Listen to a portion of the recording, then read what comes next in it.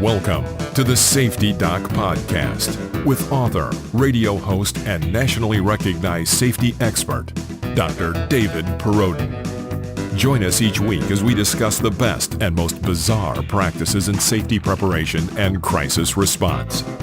Follow Dr. Perrodin on Twitter at SafetyPhD. And remember, the truth will keep you safe. This is Dr. David Perrodin, and I want to thank you as we begin another journey into school and community safety. If you're looking for industrial safety expert, Appalachian State University professor Dr. Timothy Ludwig, please visit www.safety-doc.com. Again, that's Dr. Timothy Ludwig at www.safety-doc.com. Danger! Rattlesnake. I had my picture taken next to the Danger Rattlesnake sign in the Badlands. Now, there's many signs in the Badlands warning you that if you're hiking to watch out for rattlesnakes. I did not encounter one, nor did any member of my family, so good news on that. Just got back from South Dakota and had a good vacation, an unusual vacation in terms of weather. One day we had 105 degrees and sunny, and another day it was 55 degrees, windy, rainy, and cold. So yeah, I mean, quite the variation. Fortunately, we were able to schedule out kind of like a buffer day and move a few things around to make sure we're doing like Mount Rushmore on actually the morning of the 105 degree day, which it wasn't bad there at all. It was, and traffic was pretty light. So that turned out well.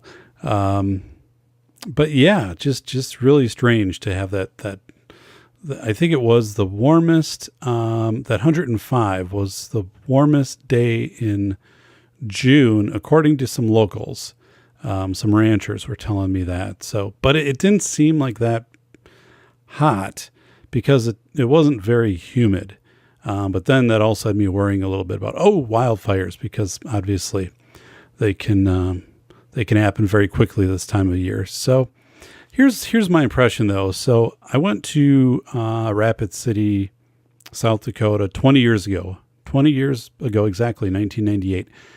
And when I came in this time, it's just so much more sprawl, and it's urban sprawl. It's like Menards and Best Buys and Holiday Inns and Holiday Inn Express and whatever. Since they have a lot of room, they can do this.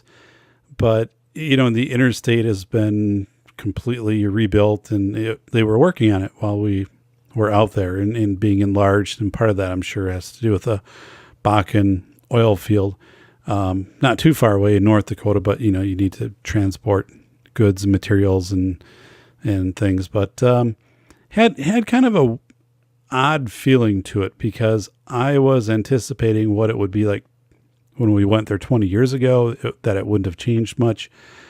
And the part that stuck with me was, everything that has been built, like the Best Buys. And we even saw some restaurants that were no more than maybe, 2-3 years old, which were already abandoned, couldn't make it. But for the most part, I guess the economy seemed like it was doing pretty good out there. But all of these places that have been built, the Menards, the Best Buy, the Holiday Inns, those type of things, they're not going to age like historic Rapid City. They're not going to age like the stone buildings downtown. So this is all eventually going to become, just stuff that kind of turns into blight within 50 to 100 years versus, again, what the community, the original buildings, the buildings from the 1880s and turn of the century, how those things just become kind of more special with time.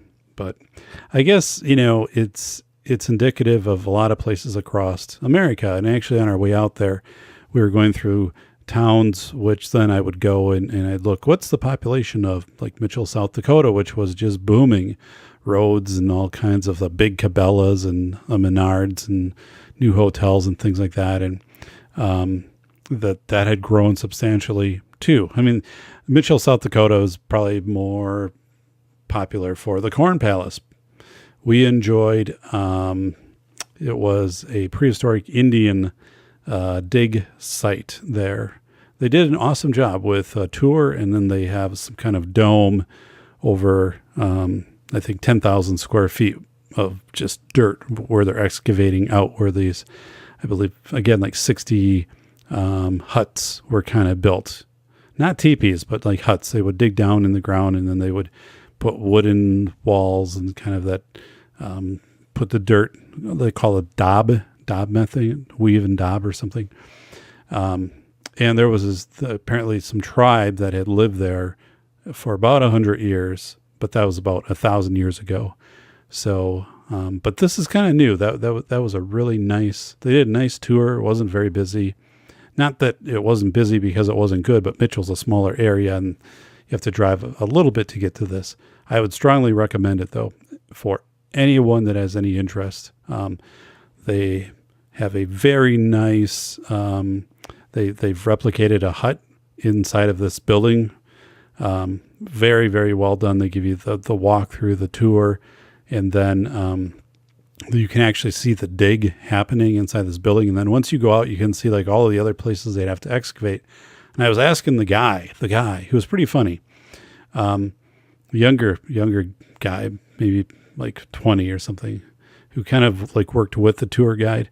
But I said, what will it take to excavate all of this stuff? Because you have this dome, which covers just a fraction of this property, and then you can just look out and see where all of these other huts would be and stuff. And I think just in the dome alone, it was like 50 years, and then they would have to either move the dome to another area or else, build additional domes or however they would do that. But I mean, you're probably looking at, in that area, hundreds of years to excavate this. I mean, it's just crazy. So, but anyway, Mitchell, South Dakota, it's the prehistoric Indian village. If you're ever on your way out on the interstate, just get off. Again, I think it's like a mile away from the Corn Palace. We didn't go there. We didn't go to the Corn Palace, however. So, Mount Rushmore, Mount Rushmore really is cool. I was there 20 years ago. The parking has improved substantially since then. It was easy to get to. Glad I have a 6-cylinder car with all of the you're driving on pretty steep roads and those have been improved, but I've got a bigger 6-cylinder car, and that was also fun on the 80 mile an hour highways.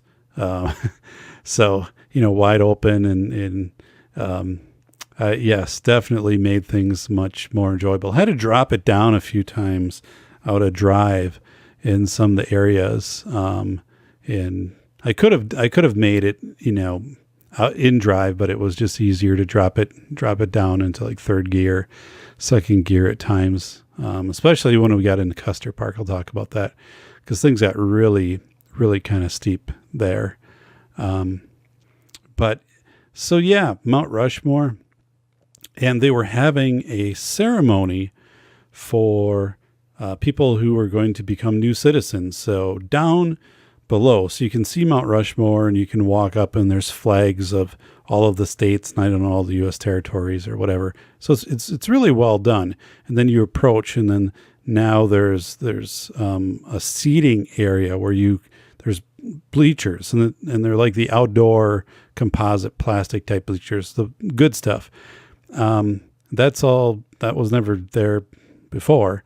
Really well done. So you can sit and you can take in Mount Rushmore, but down below now there's this kind of amphitheater type area, which may have been there. I don't know if it was there in the past, but that was all done up with like a huge flag. It was Flag Day, and, many folding seats, but like the really nice kind of folding seats, like the padded folding seats. And they seem to all have like reserve markers. And there was a park worker behind me, And he was getting radioed from down below that the ceremony was close to starting, like 15, 20 minutes away. And only half the people had showed up. So they probably had, I would guess, like 200 chairs set up. And so this guy was pretty upset about this, and probably rightfully so. He's like, these people made reservations to be here, confirmed that they were going to be here for their citizenship. And maybe this is a formality. I don't know. Maybe they already have become citizens and then this is like a ceremony that goes with it. I don't know. But it was like a super nice morning. And this was just so formal. And I'm thinking, if you become a citizen and you blow off like your citizen ceremony, I'm not sure that's the same as like not attending your college graduation, which I didn't do, by the way. I guess I blew that off. I think this is much more substantial. If you're becoming a citizen of the United States and you've done all of your coursework and whatever, and then you decide that for some reason you're not showing up for the ceremony. I mean, this is something I would think, like, if I was becoming a citizen, I would be there very early. And there was plenty of parking. There wasn't traffic to get up there at all. I mean, the weather was perfect. So I mean, you'd be there the night before, you'd set your alarms, set 3 alarms, get the wake up call, do whatever, friend call you. And you'd get up there and you'd be ready to go. So I don't know. It just struck me as kind of like, wow, like, why are there these people? And it's individual people. It's not like, one family of like 35 people are becoming citizens. So, I don't know. It kind of struck a chord with me, but I could tell it bothered this park ranger because he was radioing back, and I pretended like not to kind of tune into what he was saying, but I was in a perfect position because there was a wall in back of him. So every time he was kind of speaking, like it could kind of bounce off and come back to me. And when they radioed up, it was loud enough where I could kind of I could hear like the person below of like, where is everybody? So anyway, we didn't kind of catch the ceremony. We didn't stay for that. I don't know if from where we were sitting, like it was literally, down like another 100 feet. It was pretty cool. You could look down there and stuff. Yeah.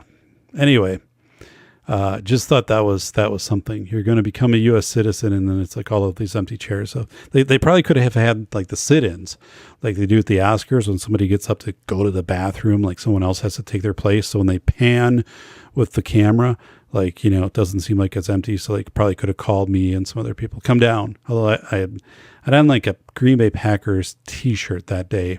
So I don't think it would have worked. Would have had to be more formal. Wouldn't have felt right doing it.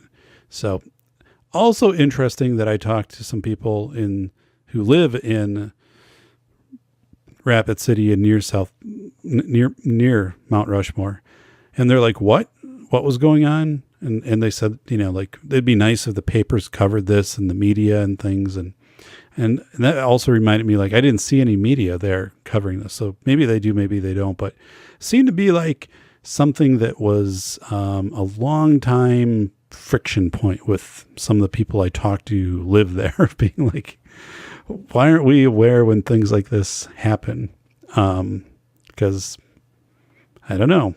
Seems like it'd be kind of neat to go out and see something like that. It was hard to explain that concept to my daughters of like the becoming the citizen, because I wasn't ready to really. I was, and then in the moment to try to like say, well, the people that move here, and then they have to become, they should become citizens. There's a way to do that, but then I don't want to get into the whole political side of the people who come here and don't have any intention of becoming citizens. So we just kind of let that one ride, and it was all right. So I want to talk about Custer Park, Custer Park is awesome. It's where the bison roam, the bagging burros, the donkeys, and just incredible. So you go through, and very steep. Okay, we're talking thousands of acres, and I didn't realize. So I'm looking at these pine, and they're all like dead. I'm like, well, what the hell? Like, this is really bad. Like, these should all be out of here. This is a high risk fire thing. And what would cause these is there's some kind of, like pine disease going around. Well, I did a little research and I didn't realize that in December 2017, or like 7 months ago, they had a massive wildfire, in the park. And the problem was when they had this wildfire so it's winter. They didn't have snow covered. Usually they have snow cover. And they kind of decommissioned their firefighting forces, that they hire for the summer, their wildland firefighters. And then also, it's pretty sparse. So it's hard to get fire crews and things like that rallied together. But there was a fire going on in Southern California at the same time. So that had already garnered a lot of the nomadic firefighters, the wildland firefighters and equipment. So to try to get this stuff in Custer Park, took a while to assemble. So this actually got to be a pretty substantial fire, did quite a bit of damage, not to, I believe, buildings, but to the park itself. Now everything was kind of greened up when we were there, but again, these pines were all dead. And yeah, it was really, really something. So you go through the park too, and it's very steep and switchbacks and things like that when you're driving. Sometimes it's a one-lane bridge, and then also a tunnel, one-lane tunnel that's cut right through the rock, right? So you're driving right through the mountain on this one-lane tunnel.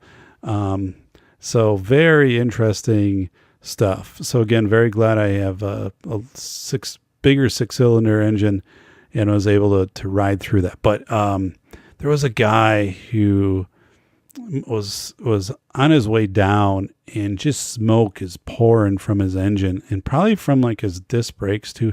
Had a big pickup, newer pickup, but was hauling a big camper. And this thing must have, put so much strain on that vehicle, but literally like it's not like just antifreeze, the smell of like antifreeze. It was the smell of like burnt oil engine for this guy. And I'm like, ooh, bad decision. Like literally it stunk for half a mile after the guy passed us, like on the way down, we're going the other way. And then I'm thinking too, like your brakes have just got to be cooked, but everything was great. Our vehicle handled everything really well. And, but too, it's weird because I didn't know where I was going up there. And the Garmin, there's so much new construction too. And the Garmin sometimes gets unreliable and it kind of, the Garmin has gone galt a few times on me on this trip too. So I'm thinking I might have to replace my Garmin, which is only like a year and a half old, but it's been for the most part reliable, but there's some times when it just like, it says it overheats and it's done. And I'm like, what? The old one, like you could literally like throw it, throw it to the sun and it would keep working. But, so I'm like, oh, I don't know. But then, it started to get goony and it was resetting. So the Garmin might have to go. Replace it though. I like my Garmin, but this thing, it would say that you don't have the proper cord to get updates for traffic. And I'm like, it's a cord that came with this. Dude, thing here, you're the cord. Don't give me this. So, and it was really weird. It was really weird. It was one of the reasons I almost missed the prehistoric thing. It wouldn't find the address. And then when I tried to program it as a tourist attraction, it was having no part of it. So, I don't know. The Garmin was not up for the trip. Certainly, the Garmin was not up for the trip. We went to an alpaca farm, Caputa Alpaca Ranch, CAPUTA. We had a tour of the ranch from Glenn Lepp, Lepp, and that's his. So it's Caputa Alpaca Ranch in Caputa, South Dakota, maybe about 10 miles out of Rapid City. So it's kind of between Rapid City and the Badlands, but on like the 44 route or whatever, not the main highway. just first of all, awesome tour. So imagine there's about 180 alpaca. It's a range, but then there's like a main building, and he's setting it up with about 10 maybe campsites where you could pull in a camper or a trailer and set up, and then I think an area where there'd be showers and stuff like that. It's really nice. There was a fire there like 2 years ago. His house burned down and everything, and he had a picture of it that he showed me. So everything's been rebuilt, but super nice guy, Glenn Lepp, super nice guy. And he took my daughters. I mean, my one daughter is like an alpaca fanatic. I mean, she loves alpacas. My older daughter is like, knows everything about alpacas. It's just kind of her thing. And she has for a couple of years. This isn't anything like new. So this is really the reason we did the alpaca farm. But we get out, it's toward the end of our day. We're the only ones there. I mean, because you have to drive out a ways, and it was hot by the time. And this guy is so accommodating, takes us right down to where the alpacas are, opens up the little fence thing. And the alpacas are super nice. They're not charging at you, snorting at you, anything like that, trying to bite you. They're super nice. So we have all these alpacas. He brings some feed. They're coming around us. My daughters are getting to pet them. I mean, it's making their day. There is one alpaca, just 3 days old, and he, carries it over, although it's like walking with the rest of them just to show us and let the girls pet it. But such a nice guy. And Glenn was telling me, because I asked him, I said, do you get rattlesnakes out here? He said, well, no, the animals pretty much like, are a deterrent. But he said, we had one in the garage. So I'm like, whoa. But spent a lot of time with my girls, making sure he's bringing over like different, he knows all of them by name. Like he has 180. He's like, hey, Bernice, Sarah, Tony, Bunny, all of these. I'm like, and they all have tags, but I mean, still like there's 4 of them and they all look the same to me, but, such a nice guy. And then there's a stream that apparently it's like it gets turned on and off. It goes through the property.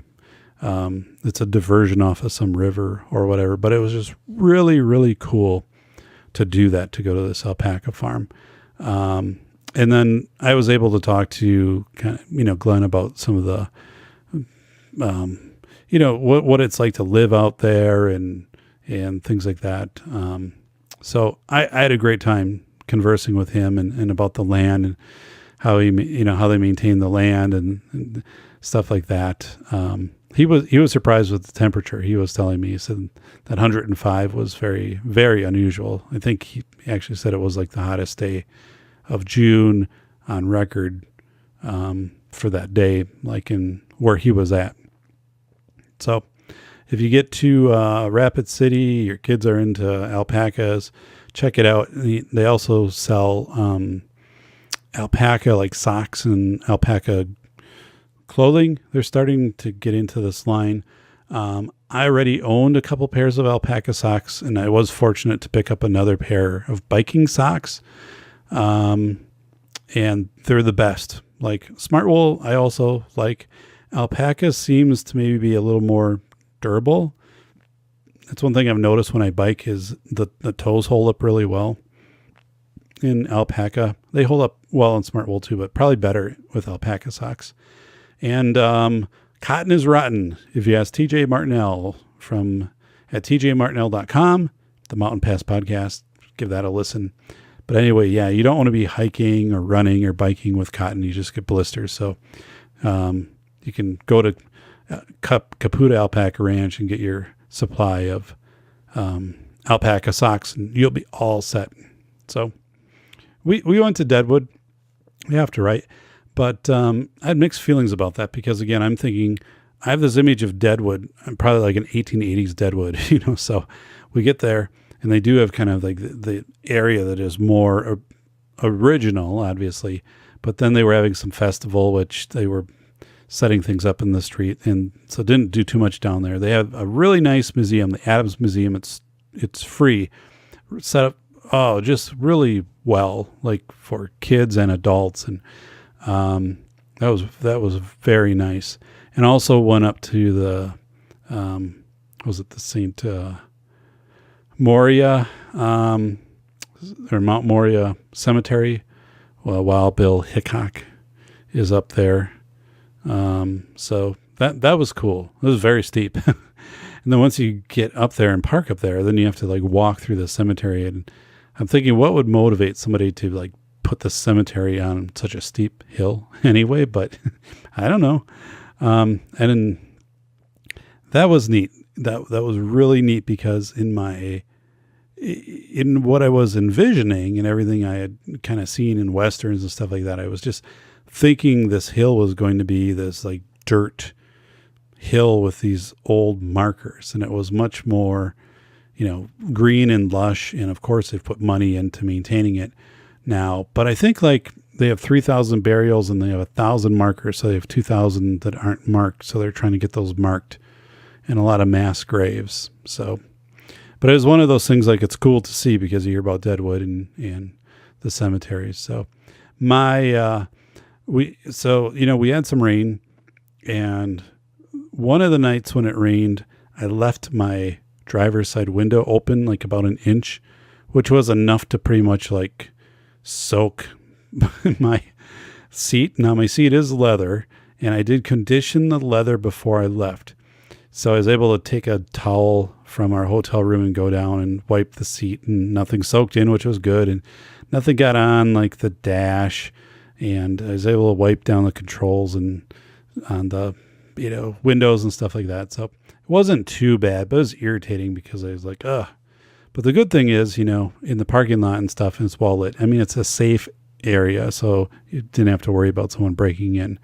But, yeah, I was like, oh, but thankfully, and I did Rain-X my windshield like crazy before we left, like used a whole bottle of Rain-X, like layer on, layer off, layer on, layer on, off. And that turned out to be a good decision, because we ran into quite a bit of rain at certain times when we traveled. And then also on the way back, some heavier rain. So, if you Rain-X like that, as long as you don't take it through a car wash, in my experience, like you're probably good for, about a week to 2 weeks.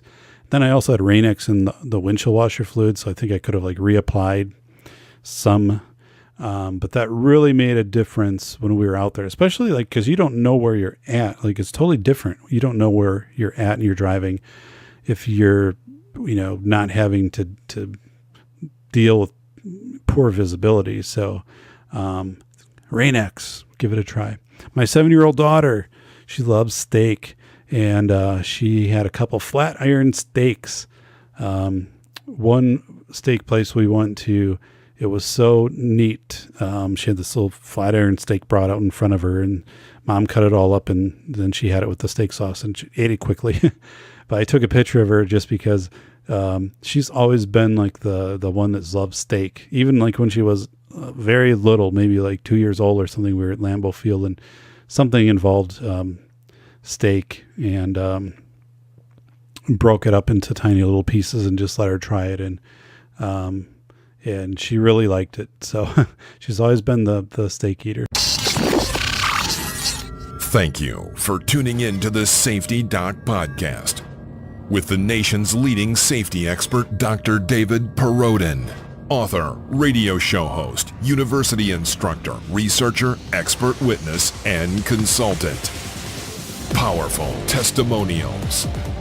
Dr. Perrodin has a strong reputation as the go-to safety consultant, and he was still able to exceed our expectations. When we went looking for an expert in the field of crisis preparedness and prevention, David was the single person we pursued. Not easy stepping into the touchier subjects of life, but Dr. David pulls it off. Take a listen. Now, back to Dr. David Perrodin and the Safety Doc Podcast.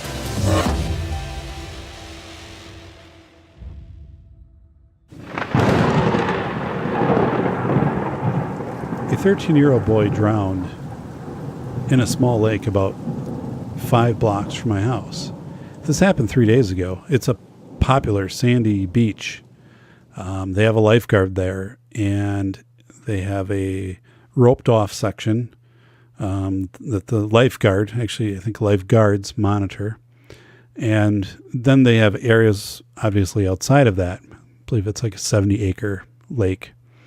And anyway, this boy was outside. He's 13 years old, was outside of this area that's monitored by the lifeguards, and had an inner tube, and then a relative, apparently it was a busy day. It was hot. It was a busy day. A lot of people out there. A relative noticed he was missing, stopped the police as they were driving by, and they searched, and other people there were searching, and then they called in the search team. They, come in with the scuba. They weren't able to find him. They did it another day, brought in additional resources like an underwater sonar sub. Another county brought its search team. Then another county today brought its search team and a more advanced sonar, kind of underwater drone, I should say, drone sub type thing. It's not manned, but I mean it's remote. And the problem is that there's so many weeds in this area that's outside the swimming area. It's very thick weeds. And it also drops down to like 80 feet. So you wouldn't think that for like a 70-acre, but apparently it drops down to like 80 feet. And so they're having a really hard time with the weeds. So the family's been there participating in this rescue. I think they've blocked off the roads so you can't get there. And it's really horrific, first of all, to have a drowning, and there's been drownings there before. But the other part is when you can't find, obviously, the body. So as a critical incident debriefer, I would anticipate I'll be contacted, once there is closure on this, and working with some people who are involved in this. That would just be an anticipation I would have, the fact that I am on the county instant debriefing team, but obviously not at a point yet where there can be a debriefing. There hasn't been closure to this event. So, but definitely, with a heavy heart for that, and, that the family is participating actively, also on their going out with the boats and, observing. And I think that's got to be really hard, obviously really hard to do, but also it has to have a feeling of like being the right thing to do, because otherwise you would be sitting on on benches watching.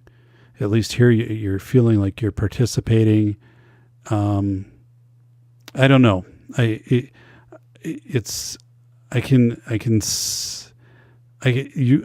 wouldn't want to be not there. I mean, you would want to be there. You want to be there the moment that they find this boy. But the fact that you're also then participating, I think gives some greater sense of contributing to hopefully a rapid closure to identifying where the body's at and recovering, this boy's body. But just a reminder of, you got kids, get them, if you're not a strong swimmer, which in this case that was reported. But even if you are, wear a life vest. Wear a life vest if you're going to be out. Because, you never know what currents are. The thing is, too, you never know what's under the water. If there's fishing nets, if there's,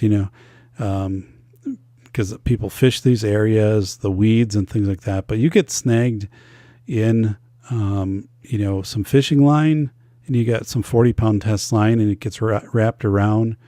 You can suddenly, have a pole of, 80 pounds, and then somehow you have to break through that, which it might not be possible. So I think that's the whole other part, it's to keep the buoyancy with a life jacket. But unfortunately, this is extremely unfortunate and very sad. And I'm going to do anything and everything that I can to help when that time comes. I mean, right now they have a very tight group of people that they're working with on this, and then they'll broaden that out. Once the rescue has happened, or once the recovery has happened. So, a thank you to John Grant and the 405 Media out of Los Angeles, California. The 405media.com airs the Safety Doc podcast, 2 p.m. PST daily. Okay, 2 p.m. PST daily. You can listen to the Safety Doc podcast. Go in there. You can also check out previous podcasts. Check out my website, safetyphd.com, safetyphd.com. I do a blog post for every show.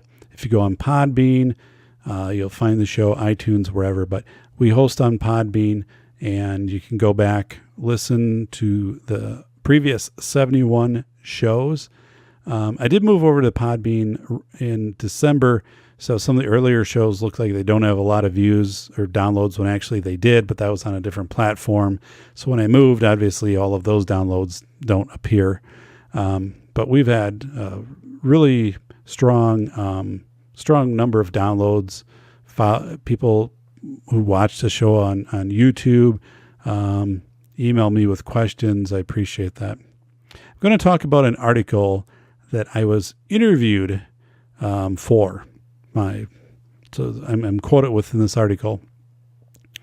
And the article is, I'm going to read it, and then I'm going to talk about the position I have and why I have this position. So the article is Schools Are Investing in War Zone Trauma Kits in Case a Shooting Happens. It's by Megan Cerullo, Cerullo. I hope I'm pronouncing your name correctly, Megan, your last name.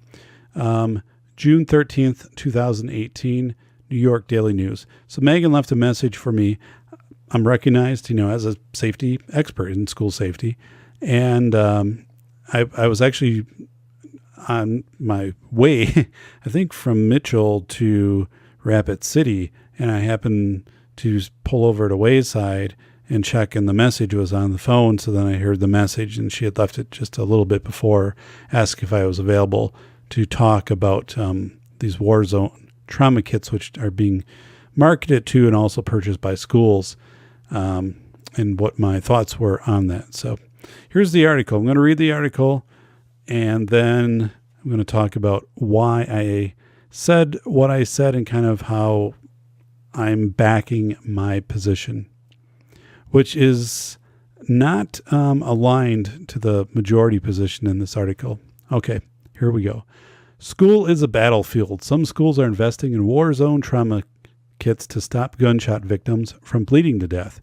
The medical kits, which contain tourniquets, medicate gauze, coagulant to stop bleeding, and other medical supplies, generally cost between $40 and $100, could help school staff and students treat the wounded before professional help arrives.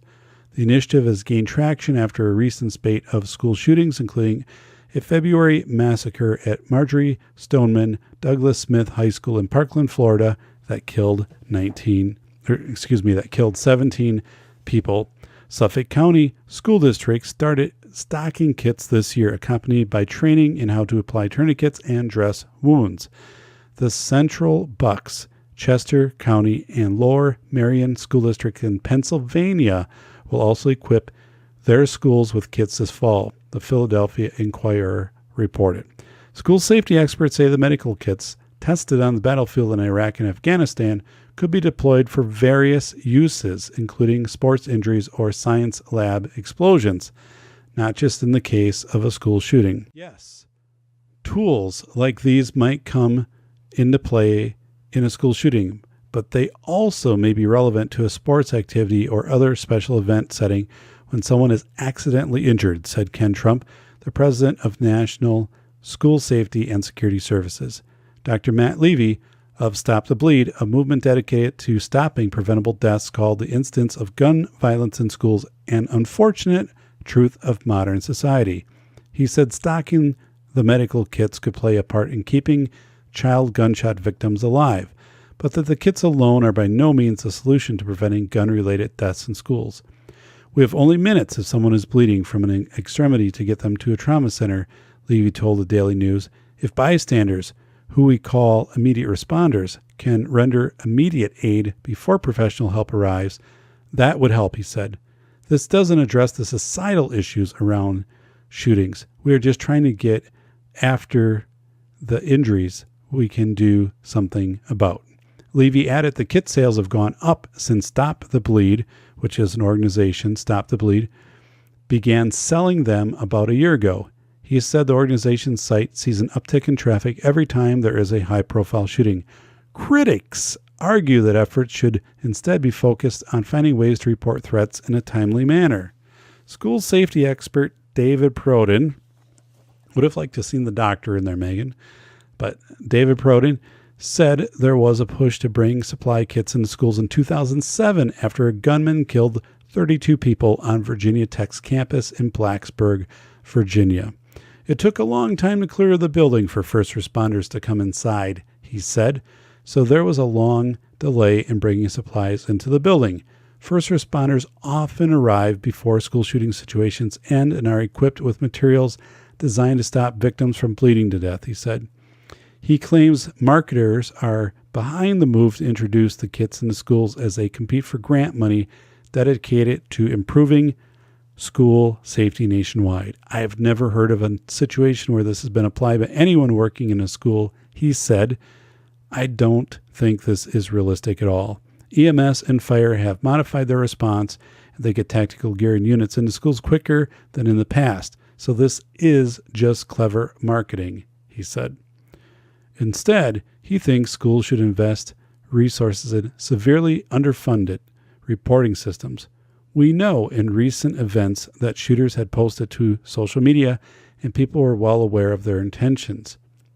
But we didn't have a reporting system that encouraged students to break the code of silence. So I have a pretty significant amount of this article dedicated to my quotes. Now, I have much respect for the other people quoted in this article. Ken Trump, president of National School Safety and Security Services, he's testified before Congress numerous times. He is outstanding and has devoted his life to school safety. I don't know much about Dr. Matt Levy. I do know he is an MD and has military experience. Definitely value the work that he has. So I have an opinion that's different. I very much respect the other people cited in this article. Here's something I think is contributing to this also. So on October 6, 2017, the White House launched the Stop the Bleed campaign, where basically they were saying, we should get, when we, like, society, and White House is behind this, we should get supplies into schools. So if there is a shooting or intruder situation leading to mass harm, that then these resources would be there. Okay. So this has White House backing, which means it also is probably going to get funding when you write for grants and things like that, because now you're aligned to a White House initiative. So I'm not really for that. I think that is a response that is more political than empirical. But anyway, and so I'm going on also, we talked about these kits being sold by Stop the Bleed website. I went on to purchase one kit, put it in my checkout box. It was $99 for one kit. So here's what I want. So these things, I used to know them as like Israeli clot kits, okay, when I would train with police. And basically, if there was a gunshot wound to somebody, for example, or a wound that was profusely bleeding, you could pack it with this material, and it would basically be a coagulant, and it would stop the area from bleeding, or it would substantially slow the bleeding down, which, again, in most cases, would potentially prolong life, okay? So we know that. Like, we know if there's a wound, apply pressure to a wound. So this coagulant kind of does that to some extent. So these things are coming off the battlefield. These are battlefield tested materials. So here's my justification, though, for why I'm a critic of this and saying this isn't how I would prioritize or encourage anybody to prioritize spending their money for school safety. If I did a prioritization matrix, this would score pretty low on my prioritization matrix. So, and to say that you're going to use these things for sports injuries or science lab explosion, well, science lab explosion, probably very rare. And again, sports injuries, this would be over the top to use things to this effect to sports injuries. And you typically have trainers, right, at major sporting event, for school events anyway. So to think someone's going to get a cut and you're going to apply a tourniquet and, clotting agent, that to me seems out of bounds. But anyway, let me go into my justification for my position of being critical of this.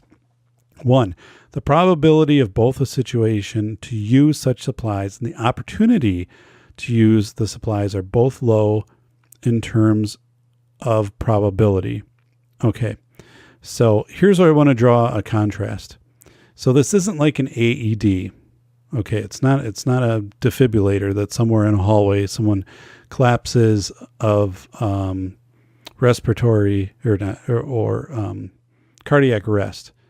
So you go out and grab an AED. Yes, so that makes sense to have AEDs in schools because we have a dense population in there, and AEDs have saved lives. I know that. I mean, check out the video I did with Kyle. So anyway, the problem here is the rub for me is this is being made out to be kind of like an AED type thing. Let's go back to the situation. If you have a school shooting, first of all, where are you going to locate these kits? If you have $99, are you putting a kit in each classroom? Are they spaced throughout the school? Where are these kits going to be? The other part is this is not an AED type situation. If something happens with an intruder situation, gunshots, you are not going out into the hallway, into cafeteria, into some area to render assistance until you have police there who have secured that building. Let's say even if you think it's a lone shooter, okay, you think it's a lone shooter and that shooter takes his or her own life, you do not know that that's the only shooter. You don't know that there isn't a coordinated attack going on with other shooters, okay, other intruders. And I think so that was like why Virginia Tech, for example, in 2007 took so long to clear, because police needed to clear the entire building to make sure that the shooter wasn't working with other shooters, so you weren't walking into an ambush.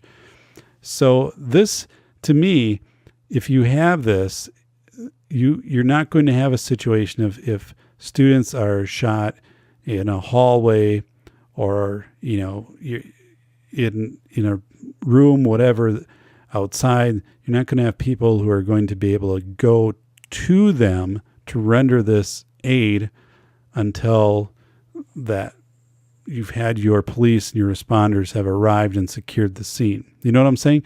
Otherwise, you're encouraging people to walk into what could very well still be an active scene, and then they just become additional victims.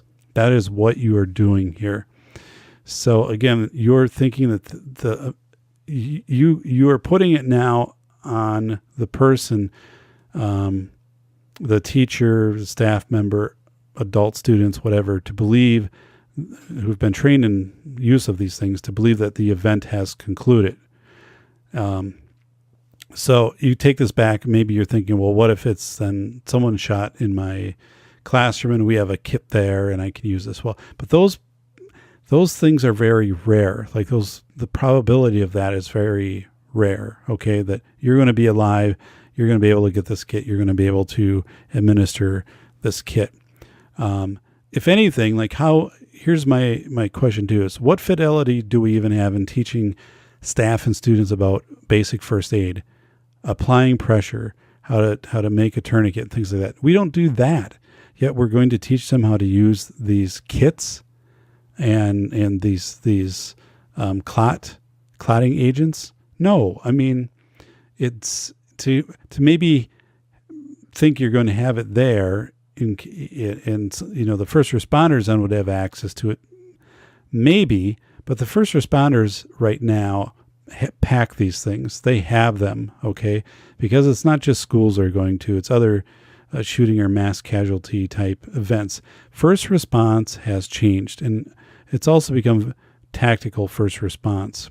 So we'll get into that in a second. So again, this score is very low on my probability matrix, meaning like if we had dollars to spend, if we had $10,000 to spend, where would we spend them? This wouldn't be high on my list. Staff or students, again, are not going to enter a hot zone to treat gunshot victims. It's not like grabbing that AED. When you pull that AED when someone has had cardiac arrest, you're not coming down the hallway and someone is shooting at you and going to ambush you. That's a completely different situation. Okay. Response to a school shooter call is not like it was at Columbine. Columbine was more of the SWAT assembled, valuable minutes ticked away, the building entrances, exits, windows, whatever, weren't marked well. Columbine, the building originally was built to be a warehouse, and then it was made to be a school. I think it was a combo, so it could be converted to a warehouse if that area didn't develop. So anyway, we know that first responders, when an all call goes out for a shooting at a school, the responders are there extremely fast. That's any responder police are getting there. And in most cases, they are entering that building very rapidly. So you are having, and then you're also having tactical fire and tactical EMS now, meaning especially EMS being trained more like it's this military scenario, which was described in the article of EMS coming up and after police have gotten in initially have secured a scene that EMS is coming up and they're wearing, bulletproof gear and coming in more with more tactical materials, which would be some of these clotting agents and so forth. And let's talk about, okay, what would I score higher on a risk probability matrix? So if I have this $10,000 to spend, what would I spend it on? Well, one, physical security, locked, strong doors, not hollow corridors, but locked, strong doors to the building and also to classrooms. Because most times school shooters will not penetrate a locked classroom. Okay. Most times they'll work at the handle. If they can't get it open, they'll go to the next one. They're going to the easiest, less fortified area. That's what they're doing, or they're roaming the halls trying to find people because they know for the most part, they only have so much time before they are going to be confronted by law enforcement. So that's the other thing. And, that you are, you have, again, doors which are strong and doors which are default to lock position and can be locked. Okay. So that's number one. Number two, drill fidelity. Mandate increased drills and accountability. And people do drills, and this is the thing that irritates me. They do drills at a certain time of day, and they won't do them at a different time of day because, well, it'll interfere with lunch, or it'll interfere with people getting on and off the buses. Well, if there's going to be an intruder, it can happen at any time. The other part is you run that drill for 20 to 25 minutes, and you document who's been able to hear the drill. So maybe you have to put some money into PA systems. Make sure your two-way radios that you can communicate, throughout your building. And that also, so you're walking around checking that the doors are locked. Okay. You're actually checking the handles, and you are then asking students and staff immediately afterwards through a short survey, which will take, I've done several that I've gotten out, like literally 5 minutes, and then doing some student focus groups. Okay. On, what was your response to the drill? What didn't you understand? This is where students will say, like, I was between rooms, so do I just go find my classroom or do I go to the closest classroom? Or someone will say, like, teacher would say, we heard the lockdown thing, but then like another student knocked at my door and wanted to get in or pounded on my door. Should I let that student in? So those are the type of questions you get through focus groups. Okay. Here. So invest in physical, drill fidelity, focus groups, big threat identification and reporting systems accessible to all youth. Okay. I'm putting these kind of all on the same plane as like, here's where I would put my money into these things. Threat identification. So identifying situational awareness, what's different in your environment. What is a threat? What are the threats on social media? We know these things get posted. People are made aware of them. And then also that you have reporting systems that are accessible to all youth, including youth with disabilities, which could be between 15 and 25% in some schools, or students who are English language learners. So they know how to report. It's not this tell an adult system. It might be that you're comfortable in telling an adult. You also have online reporting systems and whatever, but you're teaching students, you're practicing how to do that. And finally, there is virtually no, there could be no funding. I haven't seen it. Funding for research on what factors motivate today's youth to break the code of silence. It was 1997, Bethel, Alaska, school shooting. Left 2 people dead. And a couple of the students' peers had showed him how to use a shotgun, which he got from a relative. And about 20 students showed up at school on a mezzanine. One brought a camera because they wanted to see the school shooting that was going to happen, and it did. Why didn't they tell? So where is the money at the front end of this? Okay, at the front end of this to, one, we know that this residue exists. So threat identification reporting systems. That to me on a priority probability matrix comes out much higher than these high-end blood clot first aid type kits. Okay. The other part is, where is the funding? Where are the funding opportunities and the very in-depth research on what factors motivate today's youth to break the code of silence? Not youth, not of this 20 years ago, but today, the social media youth and the way that youth are communicating, and what are the barriers to breaking the code of silence today? What's contributing to that? Okay. How can we find success in that? Different studies. And to me, that's proactive. And that gets to the empirical findings of, again, that we know that this evidence exists, that youth are aware of it, but why aren't they reporting it? Are they not reporting it because, one, they're just not, they're not willing to report it and stand out? 2, do they not understand the reporting systems?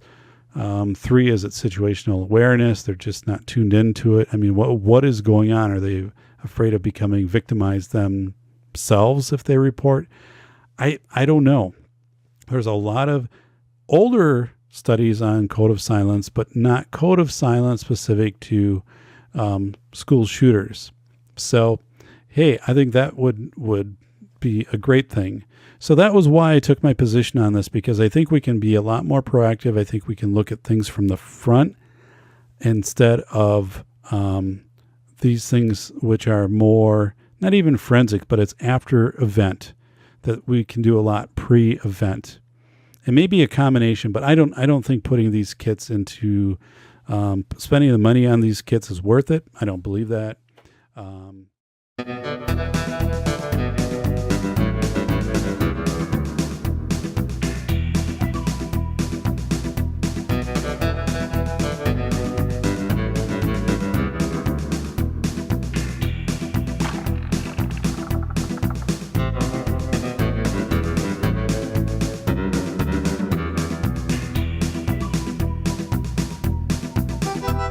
This has been the Safety Doc Podcast with author, radio show host, and leading safety expert, Dr. David Perrodin. Remember to check back each week for the latest, best, and most bizarre practices in safety preparation and crisis response.